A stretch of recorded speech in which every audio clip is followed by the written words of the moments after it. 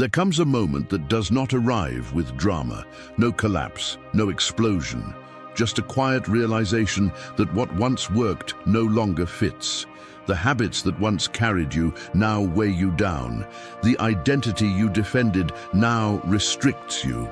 Nothing is broken, yet everything feels misaligned. This is not confusion, it is recognition. The Stoics understood this moment with unsettling clarity.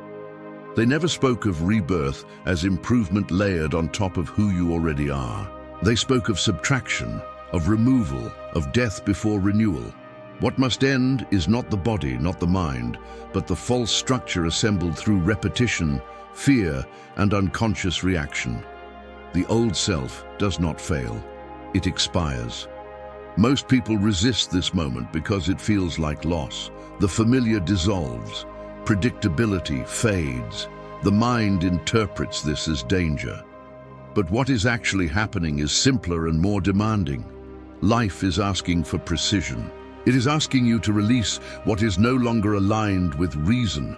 Marcus Aurelius warned himself that the soul becomes shaped by what it repeatedly entertains. Over time, repetition hardens into identity. Reactions become character. Habits become destiny. The old self is not a singular choice. It is a pattern that has overstayed its purpose. Modern psychology confirms what philosophy observed through discipline. Identity is reinforced by habit loops and emotional familiarity. The brain does not cling to truth, it clings to what it knows, even when that knowledge produces suffering, even when it limits growth. Familiar pain feels safer than unfamiliar freedom. This is why the end of an old self feels like grief. You are not mourning who you are. You are mourning who you were certain about. The certainty dissolves first, then the role, then the attachment. What remains is space, and space feels like nothing until you learn how to stand within it. The Stoics did not rush this process. They did not dramatize it. They understood that transformation does not arrive with noise. It arrives with necessity. When the old self can no longer survive, it steps aside quietly, if allowed. If resisted, it fights to remain. This moment marks the beginning, not of becoming something new, but of releasing what no longer serves alignment with reason, virtue, and inner authority. Rebirth does not begin with creation. It begins with letting go. From this inner fracture arises a necessary question, precise and unavoidable. If the old self must die, what exactly is being let go, and why does it feel like loss? What you call yourself is often not who you are, but what you have rehearsed. Over time, repetition acquires authority. The mind mistakes familiarity for essence. Roles solidify. Reactions harden. Narratives repeat until they feel inevitable. This is how the false self forms, not through deception, but through accumulation. The Stoics drew a clear distinction between what is yours and what merely clings to you. Epictetus was uncompromising on this point. You are not your impulses. You are not your emotions. You are not the roles you perform to survive or to be accepted. Those are behaviors learned under pressure, not truths discovered through reason. Marcus Aurelius reminded himself that character is shaped by consent. What you repeatedly agree with becomes what you inhabit. Psychology names this identity attachment. Habits do not simply govern actions, they construct self-image. When a behavior is repeated long enough, the mind builds a story to justify it. The story then defends the behavior. This loop feels like identity, but it is only conditioning reinforced by time and emotion. This is why change feels threatening. Letting go of a pattern feels like erasing a part of yourself. In reality, you are removing what was never foundational. You are not losing substance, you are shedding weight. The burden of becoming is the belief that you must continuously perform who you are in order to remain real. Much of what we defend is not who we are, but who we are afraid to stop being. The old self demands loyalty because it promises coherence. It says, at least you know who you are. The Stoics challenged this comfort relentlessly. They taught that coherence without truth is stagnation. When the illusion of permanence cracks, discomfort follows. The mind resists because it prefers a flawed certainty over an undefined possibility. Yet this crack is not a failure. It is an opening. It reveals that identity is not destiny, but habit mistaken for nature. A sober clarity emerges here. The false self survives on repetition alone. Remove repetition, and it weakens. Withdraw consent, and it dissolves. What remains is not emptiness, but potential without distortion. Once this illusion loosens, a deeper tension surfaces, one that cannot be ignored. Why does the brain resist this death so fiercely? The brain does not resist change because it is flawed. It resists because it is efficient. Its primary function is not truth, growth, or fulfillment. It is survival, and survival is built on predictability. What is familiar, even when painful, feels safer than what is unknown, even when liberating. Neuroscience reveals that identity is chemically reinforced. Patterns of thought and behavior are rewarded through dopamine, not because they are good, but because they are expected. Each repetition strengthens a neural pathway. Each emotional reaction reinforces a familiar circuit. Over time, the brain equates repetition with safety. The old self becomes a shelter, even if it is a narrow one. Andrew Huberman explains that the brain is designed to conserve energy by automating behavior. Transformation threatens this economy. It demands effort. It introduces uncertainty. When you attempt to let go of an old identity, the nervous system interprets it as instability. Stress hormones rise. The mind searches for reasons to return to what it knows. Resistance is not weakness. It is the nervous system protecting its map of reality. Joe Dispenza describes this moment as the biological fear of the unknown. When identity dissolves, the brain loses its reference point. Dopamine drops because there is no predictable reward ahead. The body feels unsettled, thoughts become louder, old habits call more urgently. This is not regression, it is withdrawal from familiarity. Psychologically, this is why people return to patterns they claim to hate. Familiar pain offers certainty, unknown freedom offers responsibility. Jordan Peterson frames this as the tension between chaos and order. The old self represents a known order, however limiting. Letting it die introduces chaos, and chaos demands conscious engagement. The Stoics understood this internal resistance without using modern language. They taught that impressions are powerful not because they are true, but because they arrive first.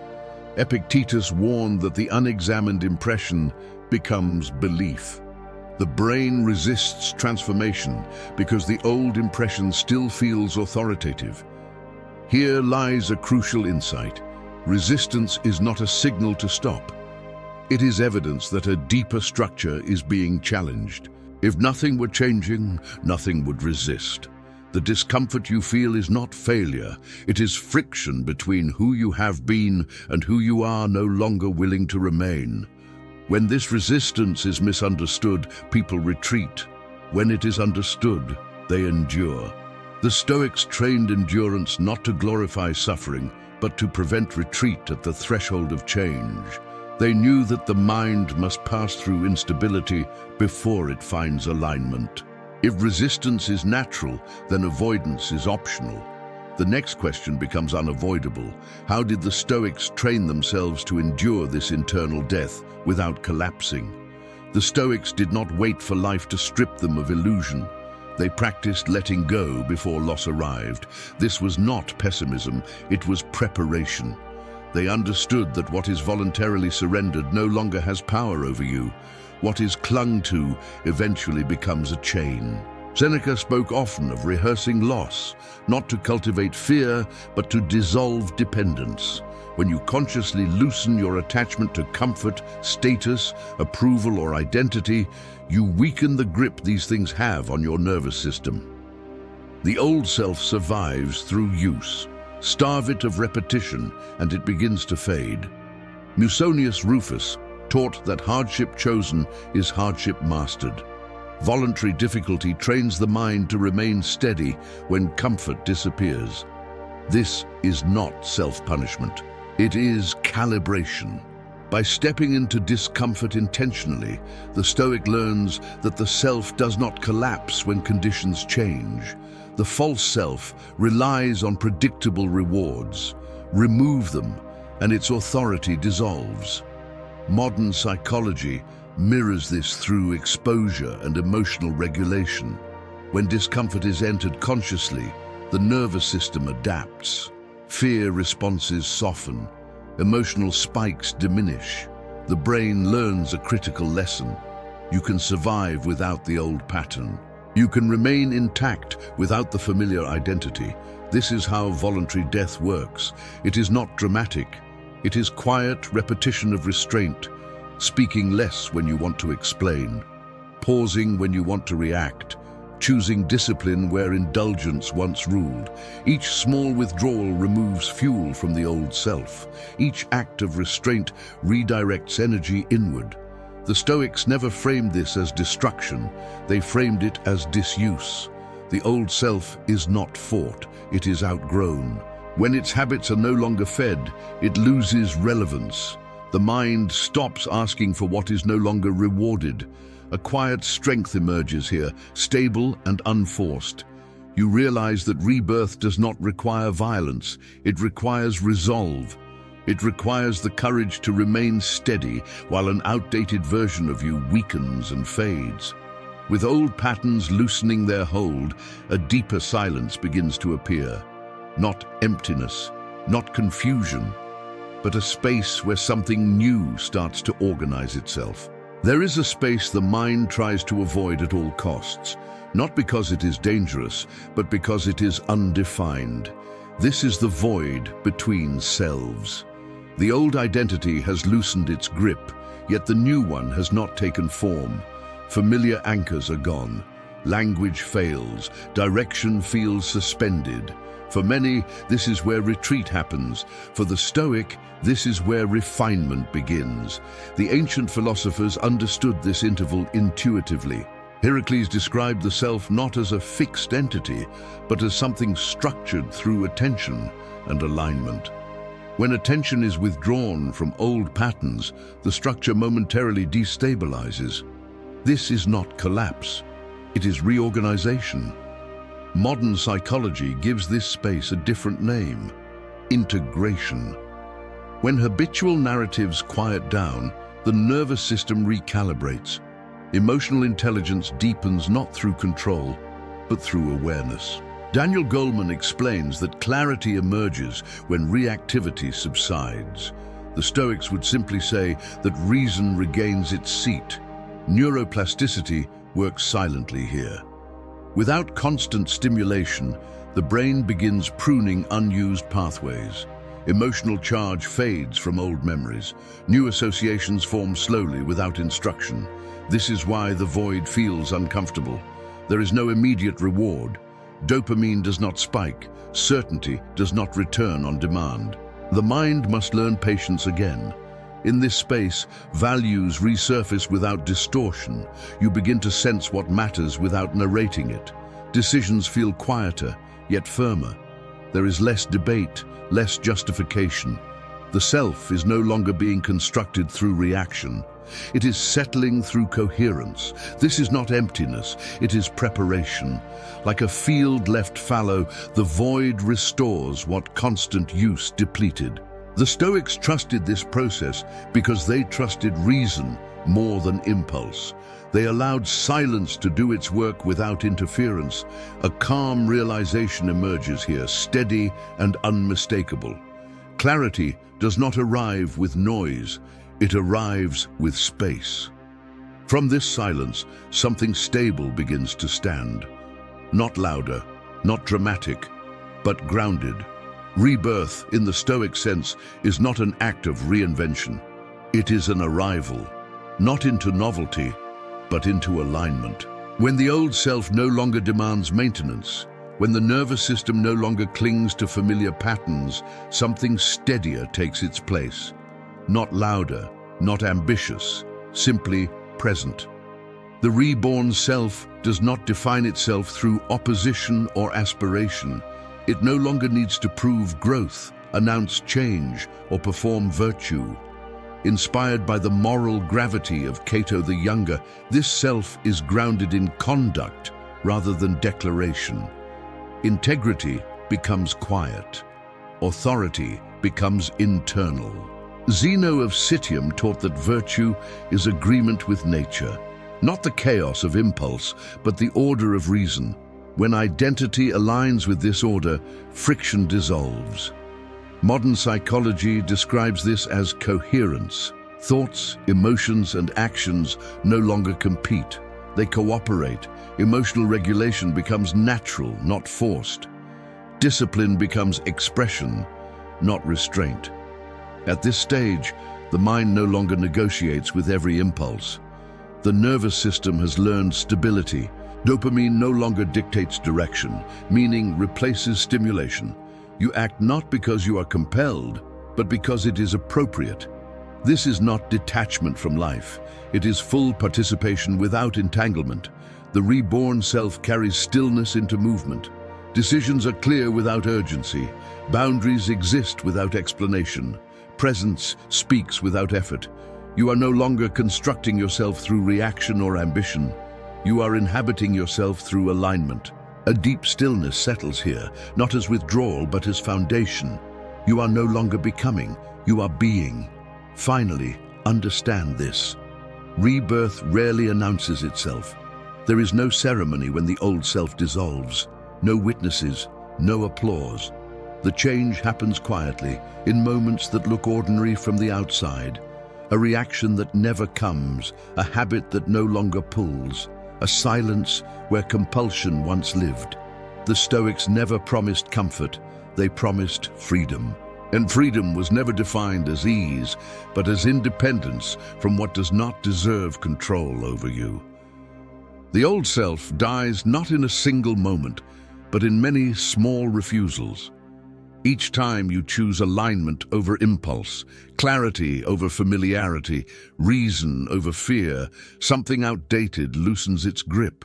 Modern neuroscience now confirms what philosophy intuited. The brain rewires not through force, but through consistency. Neuroplasticity follows attention. Emotional regulation strengthens through restraint. Meaning emerges when stimulation stops dictating direction. What you no longer feed no longer rules you. Rebirth is not a transformation others must recognize. It is an internal settling, a coherence that does not seek validation. You do not announce who you have become because you no longer need to defend who you were. This is why the process feels quiet at the end, not empty, not dramatic, simply still. The kind of stillness that signals completion rather than absence. The Stoics understood that when the struggle ends, silence follows, not as an ending, but as proof that something new has already begun.